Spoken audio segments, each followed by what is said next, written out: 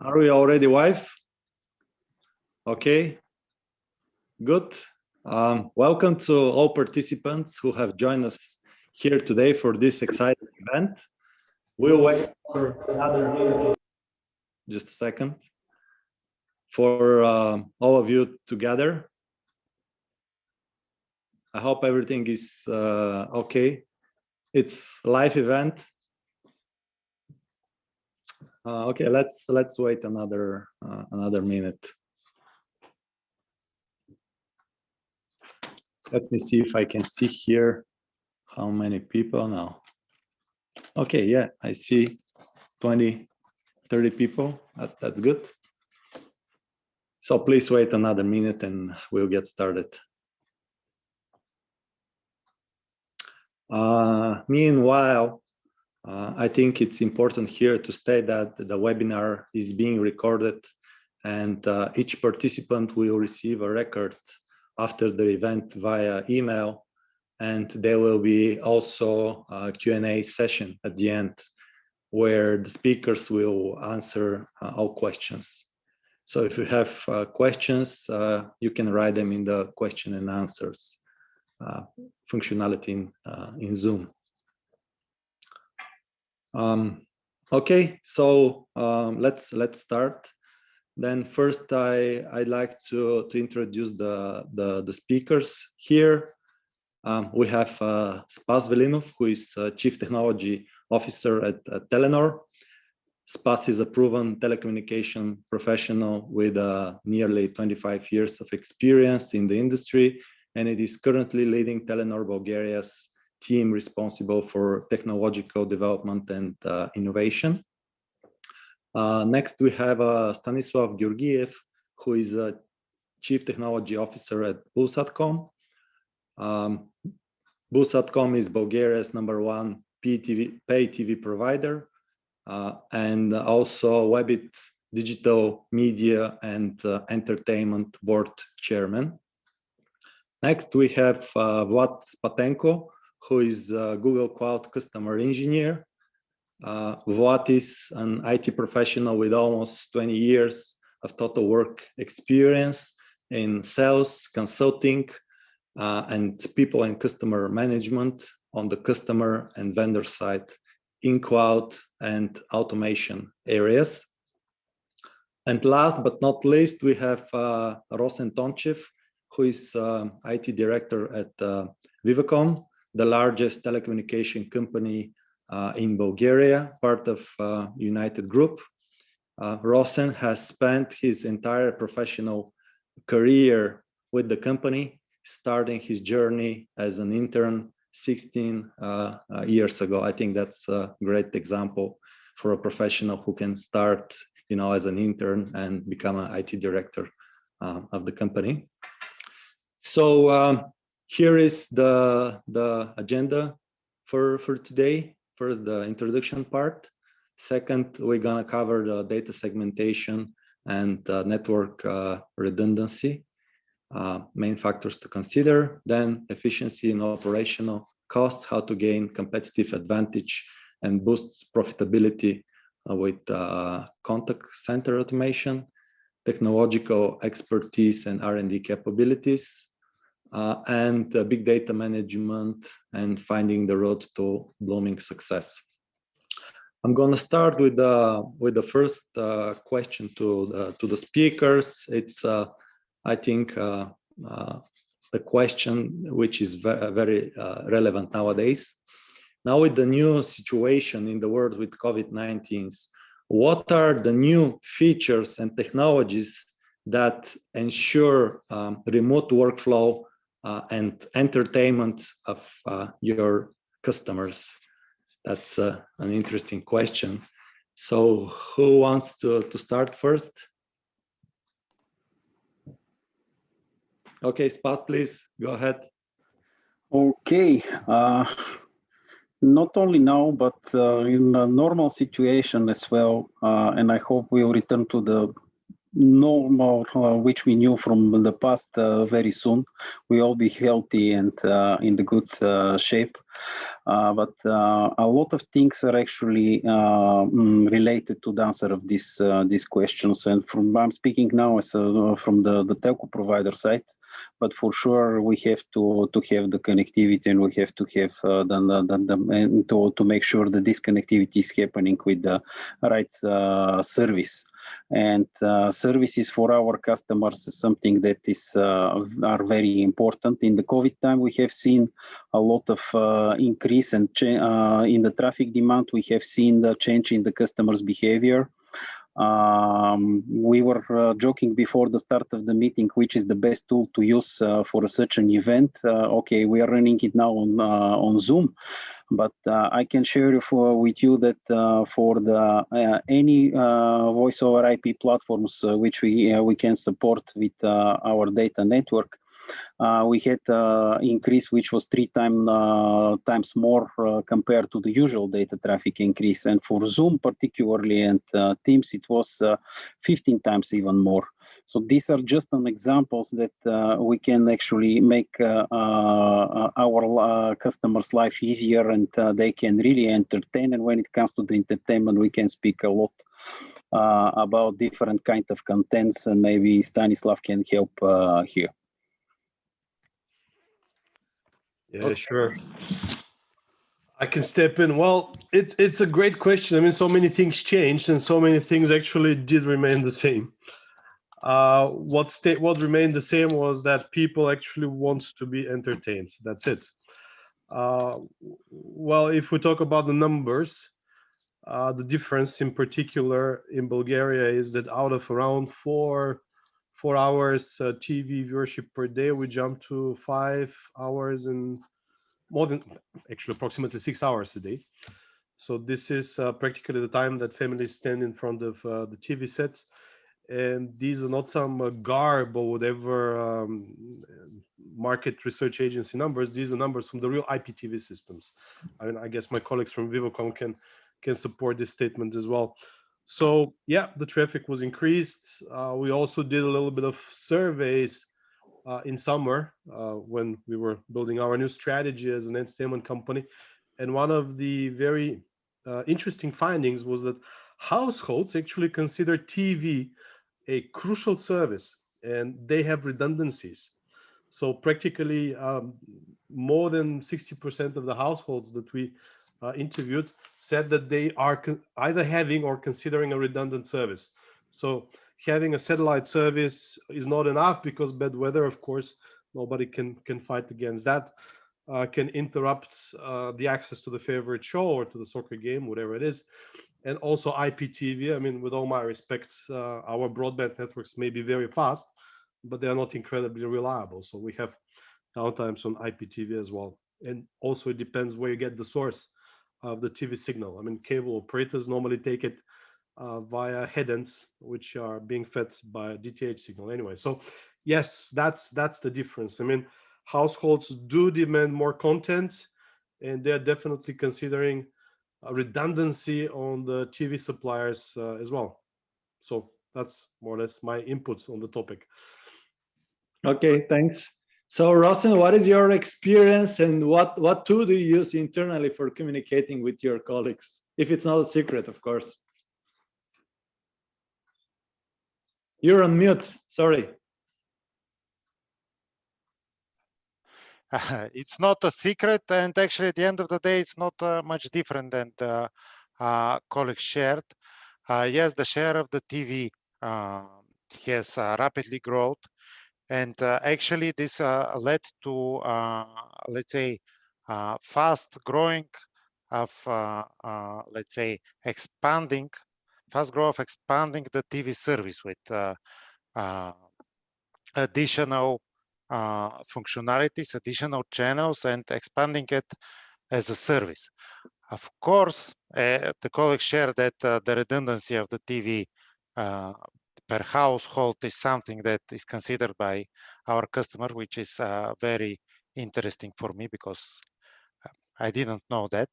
But yeah, so that's interesting. But actually, the interesting thing is, for example, that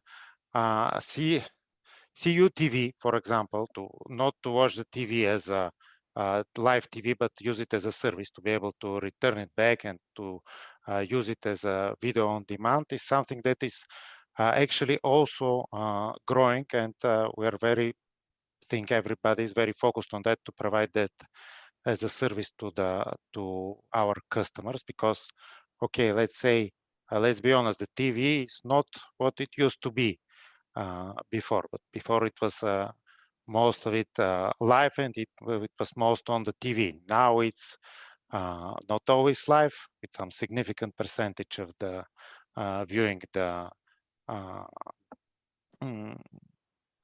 the entertainment and the programs offline, and of course not only on the TV but also throughout any other devices. And I think this is But do you have numbers to back this up? Sorry? Do you have numbers to back this up? Because yes, everyone is okay. Rosen, sorry. Everyone is saying that in the industries, and that's very much a trend around Western Europe as well. But online versus offline is not, at least when I see the numbers in some previous operators where I worked and where I work right now, it's more of a trend than actually a fact. So I would be curious if you can share with Vivacom how much the offline usage increased and how much it is as a percentage versus the online, for example.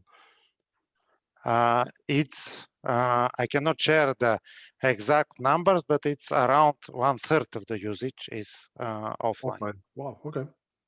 And it's actually increasing. Of course, it depends on numerous things. For example, of the how much you can, let's say, go back in, how good is actually the service.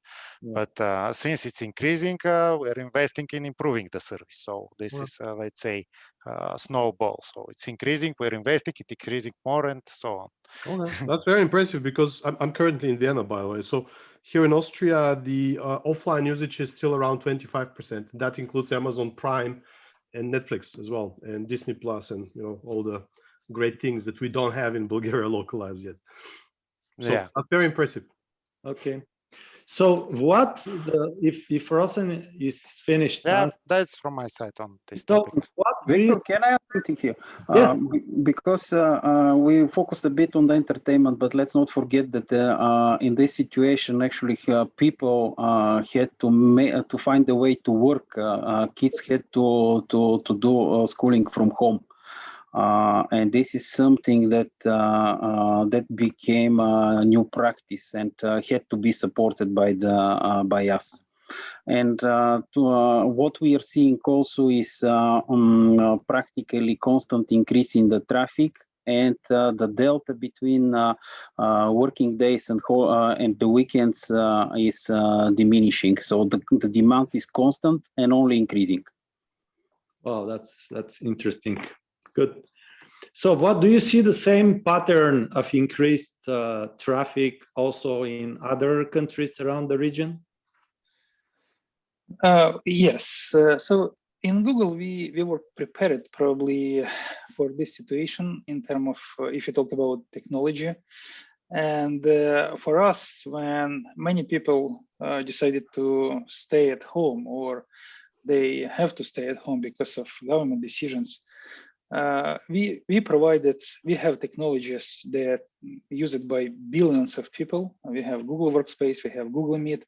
Those are technologies allow people to communicate, to collaborate, and we just used this technology inside Google as well to communicate between teams inside the team. And we also see a lot of requests from customers who try to change something in their traditional style, how they work and communicate, and they use our technology. Of course, there are a couple of vendors who provide similar technologies, but we see enormous interest. And for some of the technologies, like for example, Meet, the technologies that allow you to make a voice call and collaborate with many people, we see dramatic increase in traffic, 10 times increase in comparison with what we've seen last year. And of course, those technologies will be used, I think, in the future by customers as well, because I think the style how we work and how we communicate has changed for many years because of this situation, and many companies found that it's not really necessary to go to the office.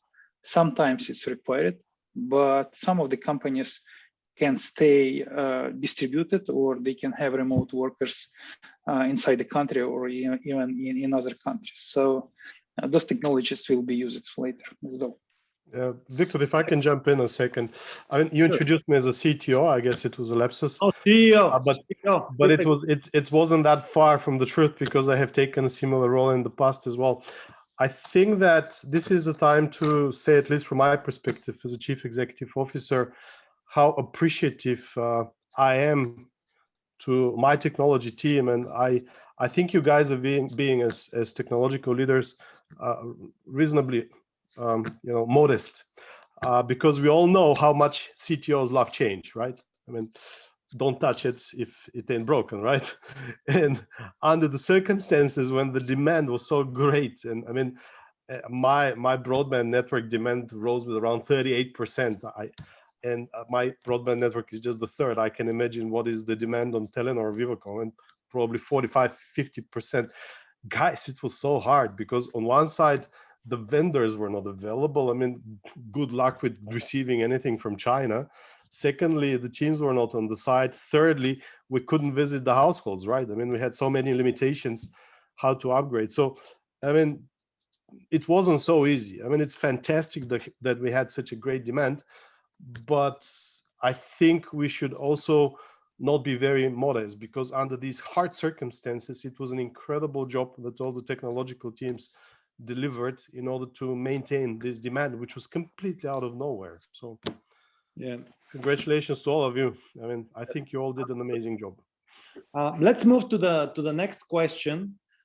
Given that the traffic has increased significantly, 10, 15, 20 times, how your companies manage the data inside of your organizations? Can you please share a bit more? How do you manage the present huge data volumes? Who wants to start? Spas was first last time. You want to start again, or someone else? No problem to let the others talk first. Okay, Rosen. Okay. About the data, what to say? It's of course, through the telco like Vivacom, a lot of data is going through it, and actually, the point here is what to do with it, because okay, there are two main challenges in that area. First of all, not all the data could be used due to various regulations and limitations. So GDPR, everybody is aware of that. So even having some data, it's not always, we are not always allowed to use it, which is, let's say, a challenge, even a cost to understand which data can be used and what cannot be used.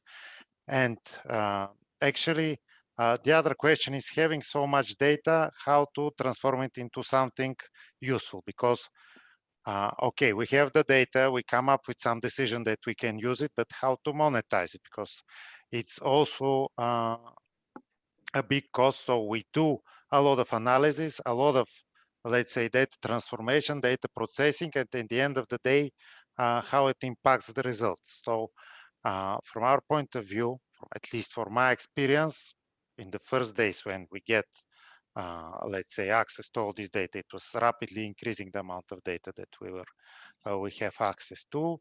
We started to invest in processing it, and then we come up to a point when we were not able, let's say, to prove a business case and to let's say, to prove that every data that can be used should be processed.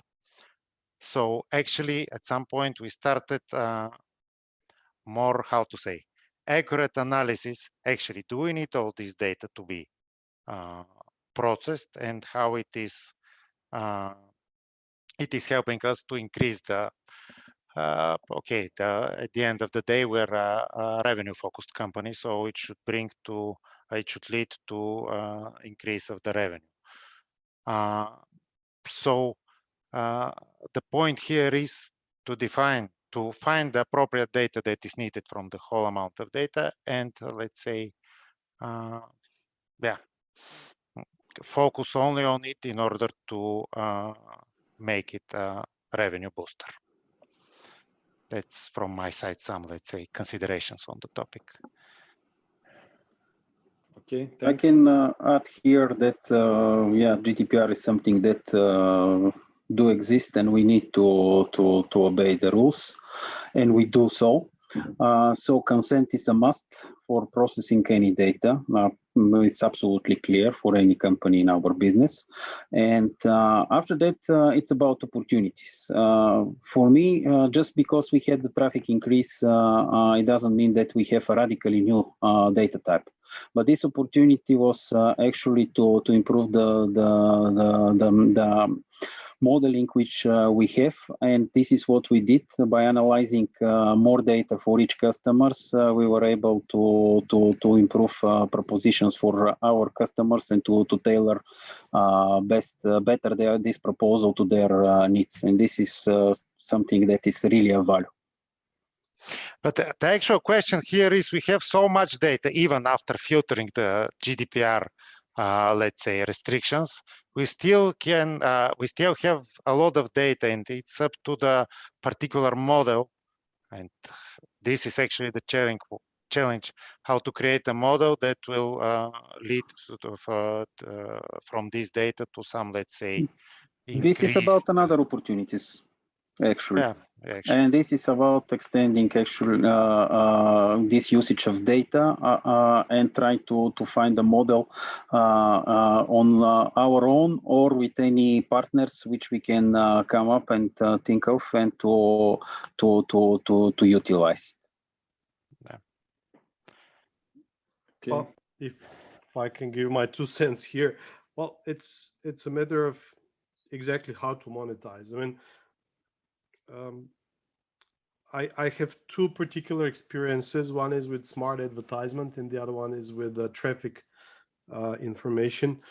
Well, if we look at it from the perspective of how to monetize, we shouldn't forget that, after all, that's again a change. I mean, there wasn't data before, but still there was some kind of a business. Now there is data, and we want to change, and we want to grab a little bit of the money within the telco or the pay TV operator. This is actually disruptive. This means that we're trying to disrupt an existing business model. We want to refocus, or we want to divert a flow of cash, which is currently going somewhere between different players, and we want to just step in and grab a portion of it. That's not so easy. Actually, in smaller countries like Bulgaria or Austria or some others that I had to work in, it's very hard, because disrupting an existing model means that you disrupt partnerships, friendships, corruption, even mafia, even. I mean, let's put the names with the real name, the things with the real names. I mean, we did consider smart advertisement in several countries. And good luck with taking business away from the agencies that actually represent the big advertisers. Because if you go into smart advertisement, if you go into targeted advertisement, because you do profiling, and by the way, GDPR doesn't matter here, because you can easily anonymize and vector the usage information. This means that practically you take away the role of the agencies, and you work directly with the broadcaster and directly with the advertiser, and you're charging to that. Well, I've seen so many failed attempts in that. To be honest, I haven't really seen a end-to-end working smart advertisement scenario. It's no secret that, the United Group now has a telco and a broadcaster under the same ownership. So I'm personally very, very curious if finally that's going to work out, because it has been also a chicken and egg problem. Who takes the risk? Is it the telco investing or is it the broadcaster investing?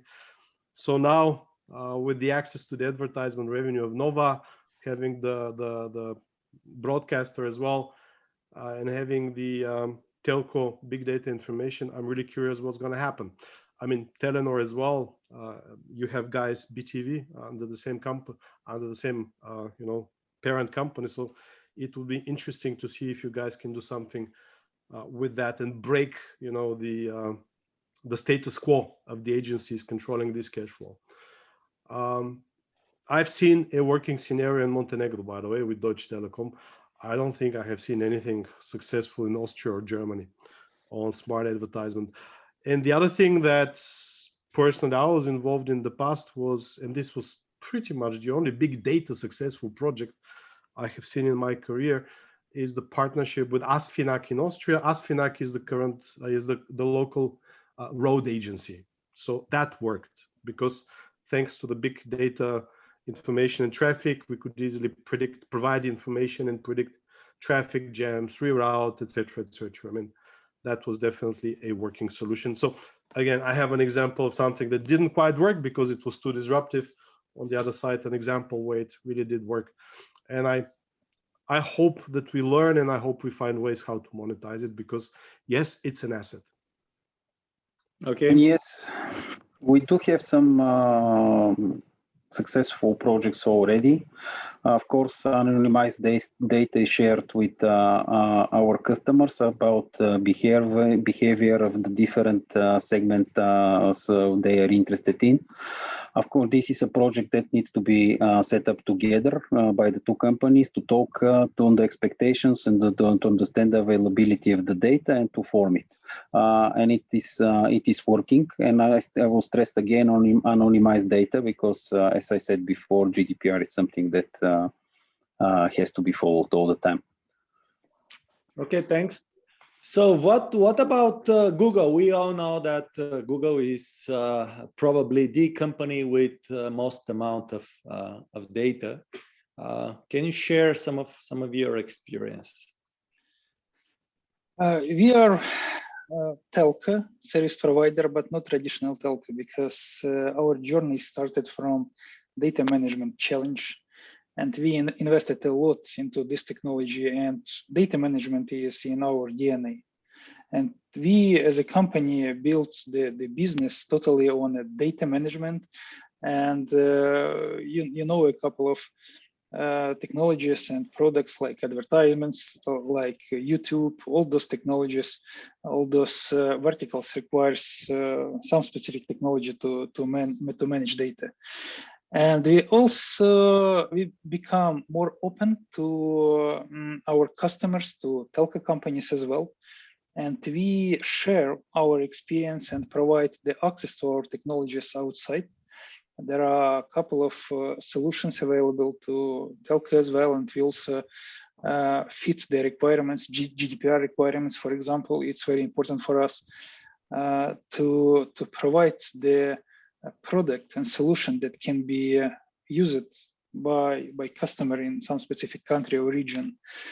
And we have a lot of discussions now with service providers, with telco, and trying to understand how they can leverage our technology and how they can monetize as well the data that they already have.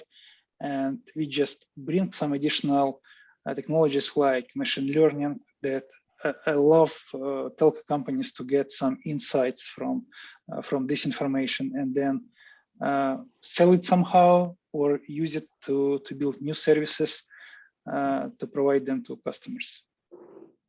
Okay, thanks a lot, guys. So let's move to the other topic for today, efficiency and operational costs. Now, my first question to you is how to gain competitive advantage and boost profitability with contact center automation, and also are chatbots and AI used practically nowadays in your companies? So I suggest Vlad to start because he was 2 times last. Now maybe you start, Vlad. Okay, so I don't know any large enterprise or large tel company who didn't try to invest and didn't try to build a solution like that. I mean, chatbot or voice bot. And we have a lot of projects. We have a lot of public references where large telco companies built their solution and try to automate their contact center. And our strategy here is to help telco companies to leverage their investments in existing contact center. So if those companies have already a contact center, and everyone have, and we just love to improve the efficiency, and we just add machine learning part and virtual agents to existing contact centers. So telco companies can minimize their OpEx and they can provide new channel for communications with their existing subscribers. And what we see from different research that people like it, and more than 60% of subscribers, they prefer to have a self-management channels for communications, and more than 70% they like to see personalized communications. So if you give a call to contact center, or you just use your chat to get information about the service, they would like to see that the system, it can be virtual agent or live agent, they understand who is that, who is a subscriber, customer, and they provide information that already personalize it, and you don't need to, you save some time on those interactions when you have to just describe who you are and what you like to get, what type of service, and so on. And it's today, it's we have a hype, I think, on the market right now in this area. We had hype for chatbot a couple of years ago. Now it's become more practical. So everyone already tested the solution and understand how to use them. And now we see another trend when those companies try to build voice bots and automate contact center and just provide the capabilities similar to live agents that these subscribers can see. Okay, thanks a lot. So Stanley, what is your experience? Stanislav, what is your experience with chatbots and AI and contact center? Well, I'm guess the only large enterprise that actually doesn't have a solution. Well, yeah, I wish I had one. But yeah, I mean, the company I run currently is not incredibly sophisticated in its call center solutions. Last summer, I just added categorization of different calls. So I'm really behind on that. Again, it is within the strategy, but I don't have much experience to share here. So I'll just pass it over to the other colleagues. Thanks. Let's pass, Rosen. Okay, let's share some of my understanding. We are also not, let's say, very advanced on the chatbot, but actually the reason for this is that we find out that actually our customers, for some reasons, and it's not only in the chat and not only on call center solution, but also in other communication channels with customer, they prefer to talk with real persons. It's very important for them. So having something automated, of course, it may target some, let's say, group of our customers which are, let's say, keen on being keen on technology and being automatically processed and served. But some of our customers, and it's not a small amount of them, prefer to have, let's say, a personal contact with with a call center guy, or even the example in the shop, they prefer to do things in the shop. Then even for payments, they prefer to pay in the shop instead of doing this online. So of course, being automated and replacing the personal communication with chatbots and etc. is a way to reduce the capex and the opex. But at the end of the day, it turns out that for our customer, the personal communication is very important. And this is one of the, let's say, reasons why we do not push in that direction that much. Okay, that makes sense. Spas? I have seen tests during which actually customers can hardly differentiate whether they're being served by a person or not. At the moment, we are in that phase of testing. What we have found out, it's a bit linked to what Rosen shared, with the addition that customers actually like personal communication, but they also like different channels, which are not so intrusive to them. They can somehow control the pace, they can provide the data, expect for the feedback later on.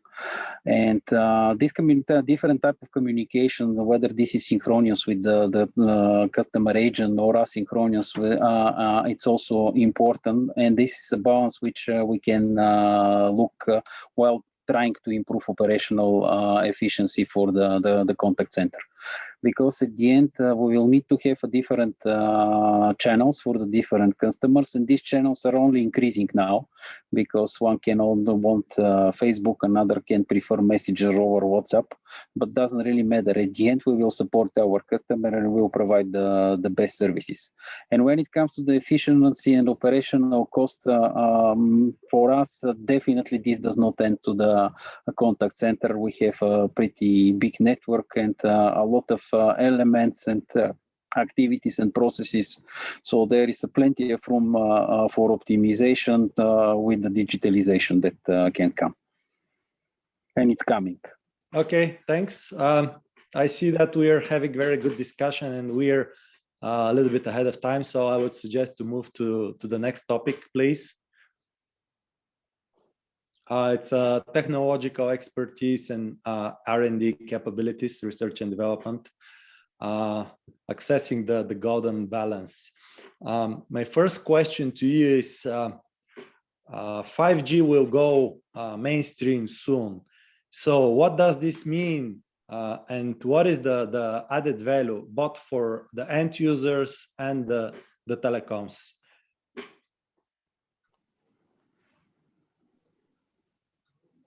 Apart from the fact that it doesn't, the 5G will not make you sick and doesn't cause autism, etc. Yeah, or make you pay your windows, right? Well, that was the vaccines, you know, the chips. Upgrade of the vaccine.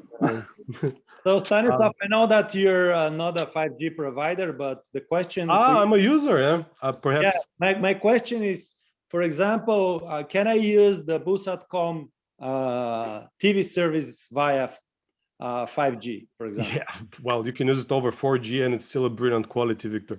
But the thing is completely different. I mean, actually, the impact of 5G on the broadcast industry is going to be amazing. I think this is one of the industries that is going to be, you know, harvesting the best out of the 5G. I did participate in an experiment with Roland Garros, Harmonic, and Sony in 2018. It was led by the president of the UHD Forum, a good friend of mine, and actually we did a great live broadcast in 8K over 5G with the Orange network in Paris. We brought it to Tokyo, and this was actually the first live broadcast experiment. It was amazing. I mean, why am I bringing this up? Because for those of you who don't really understand how it works, when there is a live event, albeit a stadium, or you know, you have a I don't know, a rally or a karting championship, you somehow have to bring a lot of equipment, which is starting either with OB vans or sometimes even trucks. So you're bringing, your whole broadcast mobile studio to a place. And the cheapest you go is, 600,000, 800,000 to buy such a van, and a truck can go multiple millions as well.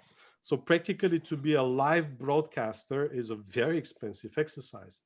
I mean, BTV, for example, has, I think, 3 such vans. Many broadcasters don't have even one. So why 5G is important? Because actually you won't need that anymore.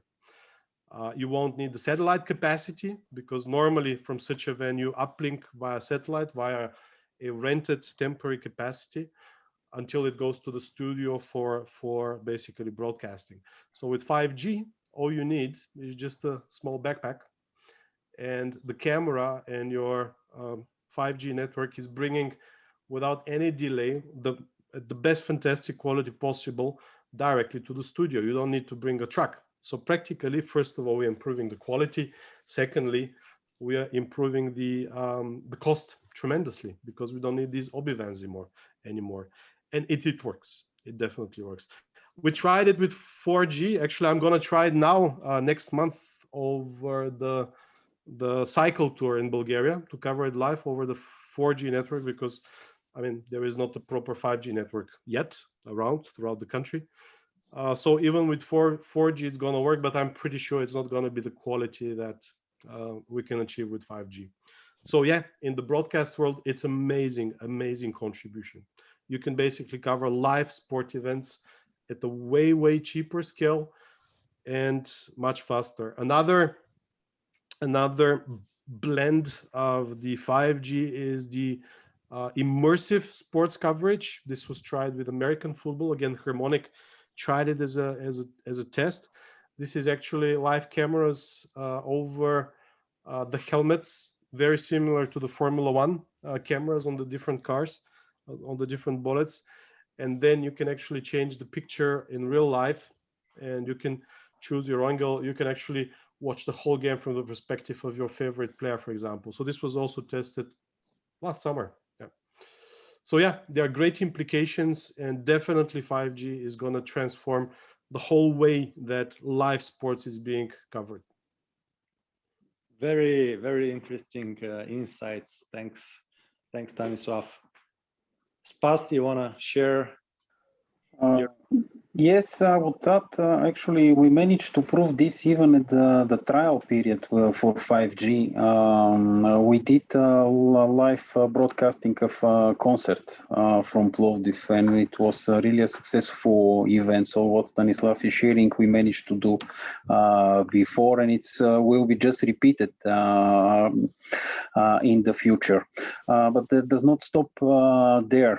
Some of the other trials which we did were about healthcare, and there are very many areas. We can speak about digital city, digital grid. It can be digital transportation and education. We can argue whether Bulgaria is like Germany and whether we can do digital manufacturing. But I do believe that in this country we also have a lot of people which are not afraid to try and to test the things. And sooner we will have digital manufacturing, and this 5G will help them to improve their efficiency and to produce products which are competitive across the globe. And 5G, it's something that is really changing the situation today compared to the previous technology. At the beginning, we were having some small addition. Yes, 4G was much better than 3G in terms of speeds. But now with having much better latency and much higher throughput, we can think about much more many connected devices and a lot of stuff that can be done. And I'm really a fan of digital manufacturing and healthcare cases, which I know that will take time a bit to come up. But for me, these are the cases which will really bring a lot of value to the society as a whole. Excellent. Thanks a lot, Rosen. Okay, the guys have almost said everything about 5G, so I won't bother you with other details on this. One interesting thing that I have considered as an observation, actually, there's no doubt that 5G is the future. But actually, the good question is where this future is about to come, because again, as on one of the previous discussions, it's a matter of monetizing this. So far, of course, as a technical person, I see it very interesting and it's very, let's say, challenging and interesting, but still 5G is not easy to be monetized at this point. And it's good to, let's say, try to find out when it's, how to say, it's a bit ahead of its time. So it's not very clear, at least from my understanding at this point, how it can actually, how it can bring money somewhere in the future, but at this point it's not so clear. I have been in the telco industry for 20 years, and this was exactly the perspective when HSDPA came. This was exactly the perspective when 3G came. This was exactly the argument when 4G came. Here in Austria, we paid 2 billion euro for the 4G license, for example, and trust me, it was worth every penny. So I just have a different opinion on that. I think that the role of the telcos is to innovate, to bring the technologies, and as long as we don't just talk about technologies and we talk about application, I think that the monetization is automatically coming.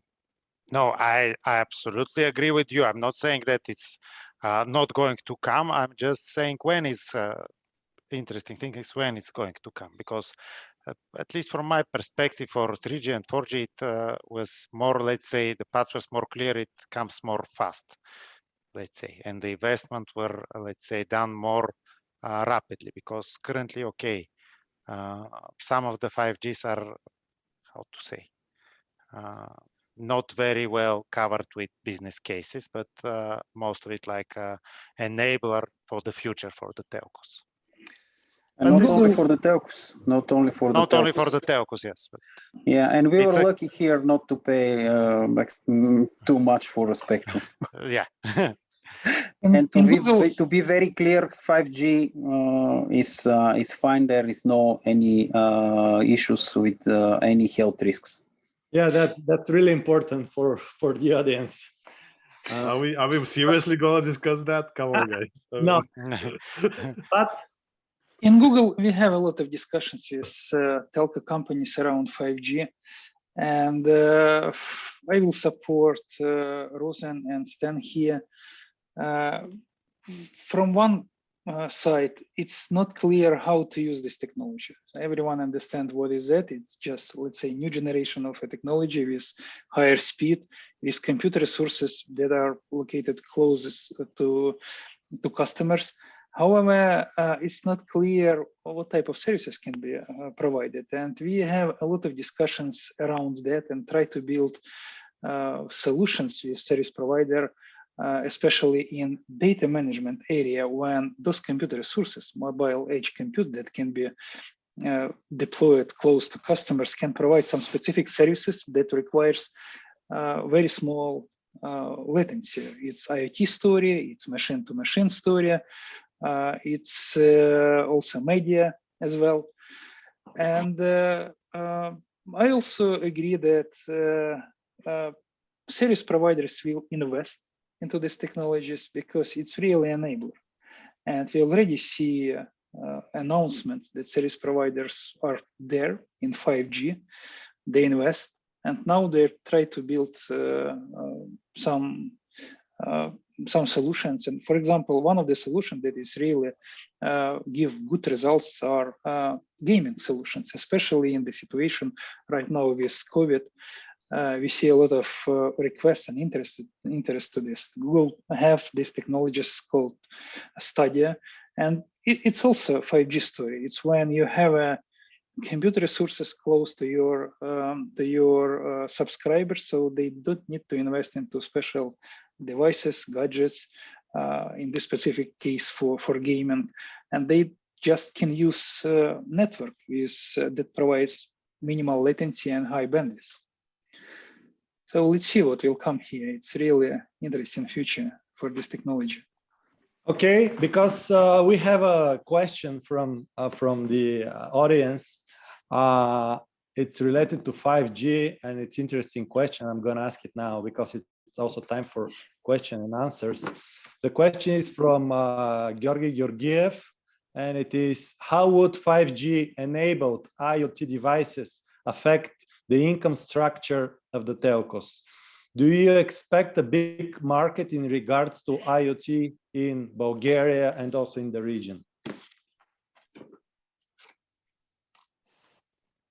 It will increase over the time, definitely. At the moment, the base is low, so percentage-wise, I can say that year on year it can be double or even triple digit.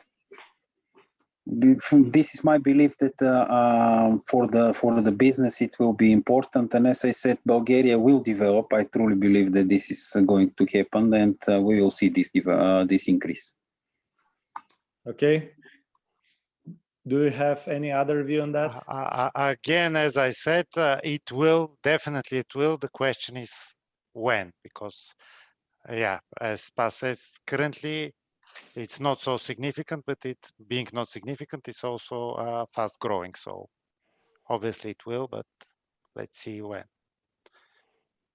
I'm not such a fantastic optimist because, to be honest, one of the curses of Bulgaria and similar sized countries is exactly the size. I mean, how much of a big market do you expect in an economy the size of Bulgaria or Serbia or Croatia? I mean, therefore, I think that, I mean, you guys are all representatives of international groups.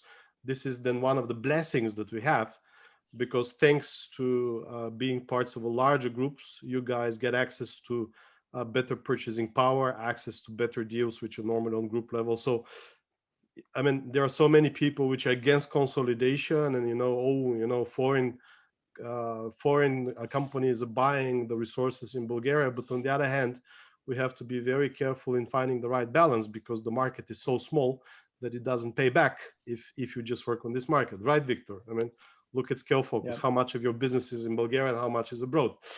So IoT in Bulgaria, well, look at our industry. So what is the demand of IoT in Bulgaria? How many bits and pieces of the industry that we have that are investing in IoT, what to get all together? And if they didn't invest, what is the problem of doing it over 4G, for example? So yeah, I mean, I'm not such a great optimist that the size of the IoT demand in Bulgaria is going to grow, because the market has its limitations. But on the other side, are we going to see some cool solutions? Definitely, because all three large telcos are parts of international groups, and they have their R&D, and they're bringing it in the country as well. I understand your concern. In order to make it attractive for the end customers, we have to look at the whole value chain. It's not just the task for a telco operator to provide attractive prices for IoT. This is a pretty big task by itself. What I do believe is that we will have soon pretty good cases, and then people will start understanding better the situation. Okay, thanks. We have around 6 minutes left, so I have one last question related to innovation. And it is, how do you manage the innovation across various business units inside your company, and how you leverage the innovation with partners and vendors? Maybe Vlad to start again first. Let's start. In Google, we have a culture when everyone can share some idea, and we give a chance to people to work on their idea. We have so-called 20% project. You can Google this in internet. It's when engineers can spend 20% of their time on some new ideas, and we have plenty of them. And later, those ideas can become pretty large projects and large solutions to serve many customers. And this is what we usually do to let's say, stimulate the development and new idea generations. Good. Just one question, Vlad. I believe we all know that, and it's amazing opportunity. But I still believe that in fact around more than 90% of the revenues in Google comes, from the AdWords and search engine. Can you give one good example of the most popular product which was born out of such idea? Gmail, for example. Okay, good. Thanks. Rosen, what about the innovation? Okay, it's a constant struggle because, as you can imagine, we cannot afford always the luxury to be able to, let's say, discuss every innovation that the guys here can come up with. Still, it's a question of balance between innovations as such and how much of them could be monetized and actually bring a value. So we are, from one point of view, of course, as especially in the technical part, everybody, in order to keep our employees satisfied, we allow them to work on innovative projects, to, let's say, share their ideas and to work on their, let's say, in the areas there they have interest.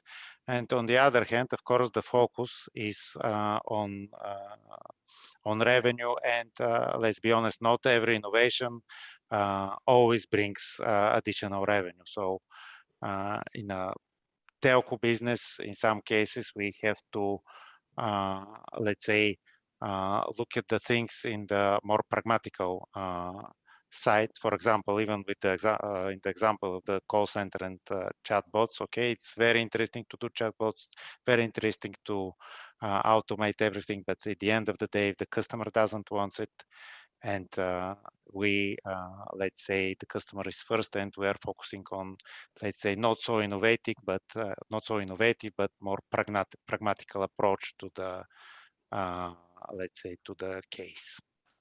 Okay, thanks a lot, Rosen. Spas? I can just add that innovation by itself is a really big topic. If we ask ourselves, did the Starbucks discover the coffee? We all know the answer, but do we consider them as innovating company? I believe so. About measurements, it can be measured through the different ways. It can be measured from the P&L, from the stakeholder shareholder perspective. It can be measured through the NPS. From the customer's perspective, internal NPS is which we do have here in Telenor, also for for our employees, and this is all these things we do. We have, of course, a process for raising ideas and prioritizing. Cannot claim that we are anything close to colleagues from Google, but there is an opportunity to raise an idea and to pursue the idea until the very end. We are allocating budgets when we see that this is doable and makes sense. Sometimes not necessarily for profit, but just for keeping the people engaged from the company. Excellent. Stanislav, can you share some innovative product or service that? Yeah, absolutely. Yeah. Well, first of all, I don't think innovation is a process. I think innovation is a spirit. I think that the best processes you have, if your company is full with idiots or with people who just don't want to speak up, then you're doomed. I mean, and if you have a CEO who likes an idea and he wants to push it himself, then it's the luckiest company. So this was the case with Bulsatcom. So I wanted to bring Android TV in Bulgaria. And yeah, we did a project, very, very ambitious, very courageous. We took a lot of risks. I mean, it's a long project. I mean, of course, with the certification of Google and everything. Luckily, I did that in 2 Western European countries. I also did help Liberty on a project of their own pay TV platform, Eon, which costed 250 million in R&D for 1 year as an investment. And as funny as it may sound, now for 250,000 euro, we actually brought something which is superior in the country. I know that the Vivacom guys also brought their solution from United Cloud. I know the United Cloud guys, they're also very smart. So let's see whose service is superior, yeah, in the very near future. I'm pretty sure that they're kind of different as well. But yeah, I'm so proud and I'm so happy that we have two amazing Android TV solutions in the market right now.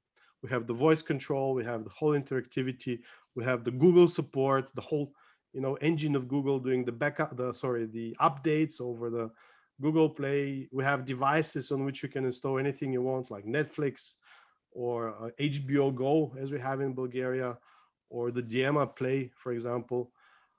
So yeah, that was the innovation, that was the R&D, and we did it with external help.